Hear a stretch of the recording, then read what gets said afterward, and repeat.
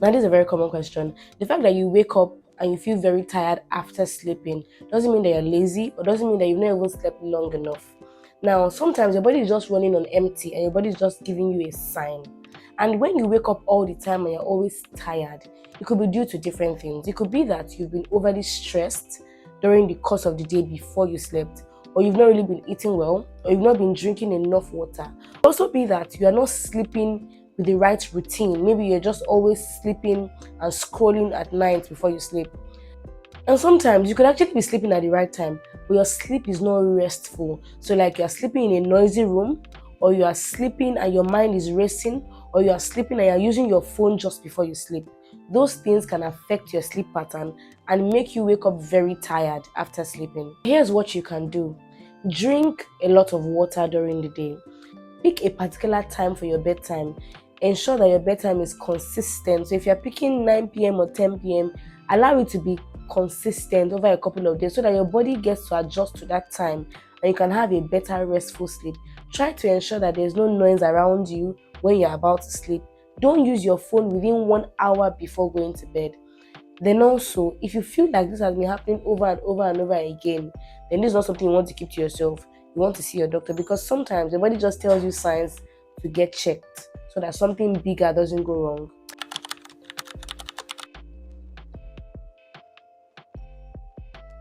But here's the thing: headaches are one of the most common symptoms that people experience in medical practice, but the causes vary a lot. There are different things that cause headache.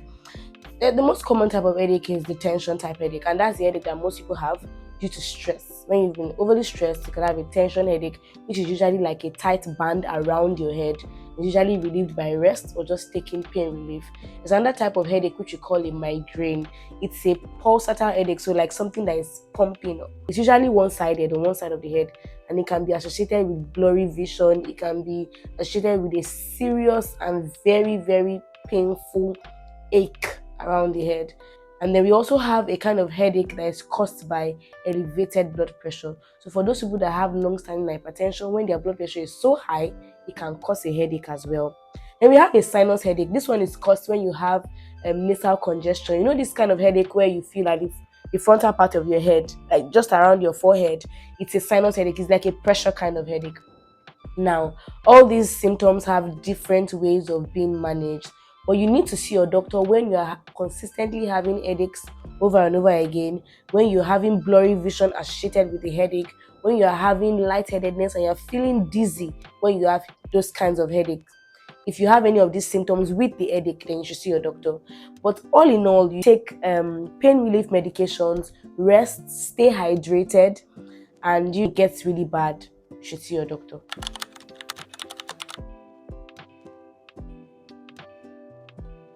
To your doctor. I can testify that menstrual cramps can be very painful, and let me tell you how they happen.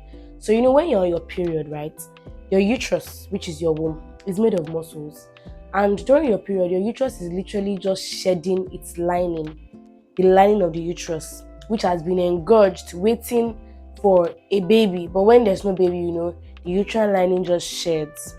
And how does it shed? The muscles of the uterus begin to contract. So what is actually causing the pain is that as the muscle is contracting, there'll be reduced blood supply to the muscle, which causes the pain. And that entire process is initiated by what we call prostaglandins. Now, in every girl, periods can be quite painful.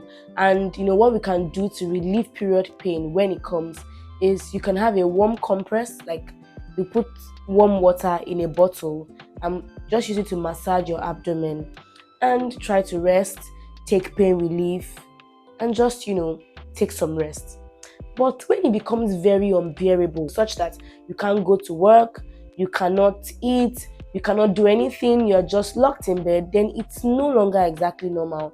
There may be other things. It could be that there's a fibroid, there could be endometriosis, there could also be what we call adenomyosis, and these are things that you would need to see a doctor for a proper checkup to determine. So your period pain can be serious, When it's unbearable, then that's a red flag. You should see your doctor.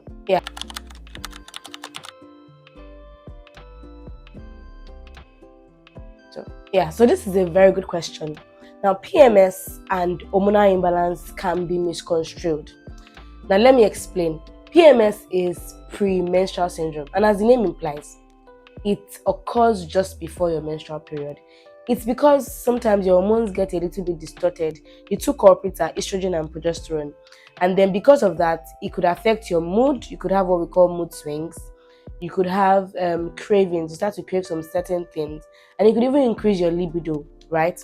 Now, these things occur just before your period. Once your period comes, the symptoms start to gradually wane off, and then you're back to normal after your period. So that's PMS. When it comes to hormonal imbalance, on the other hand, it's when some hormones in your body are distorted. They're probably increased or decreased beyond the normal or what is considered normal. And the symptoms associated with hormonal imbalance occur throughout the month. It could even cause weight gain. It could cause you to have acne. It could cause you even lose weight. It could also cause you to have irregular menstrual periods. It usually affects the lady all through the month. Now, when it comes to PMS or premenstrual syndrome, you can manage it conservatively. Eat whole foods rather than processed foods. Try to rest well, reduce stress. You'll be fine. And when your period comes, everything is okay. When it comes to hormonal imbalance, you don't just sit at home and watch. You need to see a doctor, go to the hospital. They probably check your hormone levels, determine the culprits, because we have different hormones in the body that do different things. When they determine the hormone that is deranged, then they will take it from there to manage you and treat you accordingly.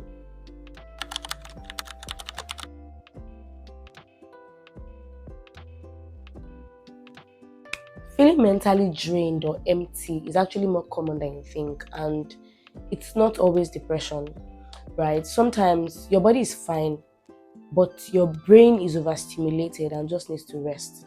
And it could be caused by different things. It could be because you have been thinking too much. You have a lot on your plate. You are doing too much. You could actually be a superpower kind of person. You're doing too much, thinking too much. Or it could also be because you are scrolling endlessly on social media. You're always seeing a lot of things that, at the same time. Sometimes you could also be stressed. When you're overly stressed, you could feel really drained. Stress is a culprit in so many things. You can't imagine. Now, there are certain things you can do to try to, cope with this. Number one, you can actually try to journal. Try to write down your thoughts. Instead of thinking about everything, you can actually journal and write it down. It actually helps to keep you calm.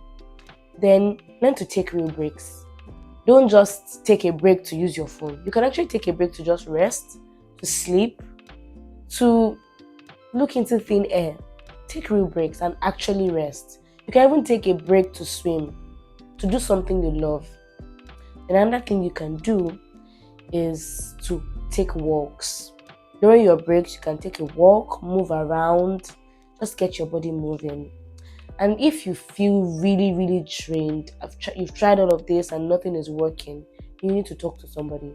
You can talk to a friend, you can talk to someone you trust, you can talk to your doctor, you can talk to a therapist, or you can talk to me.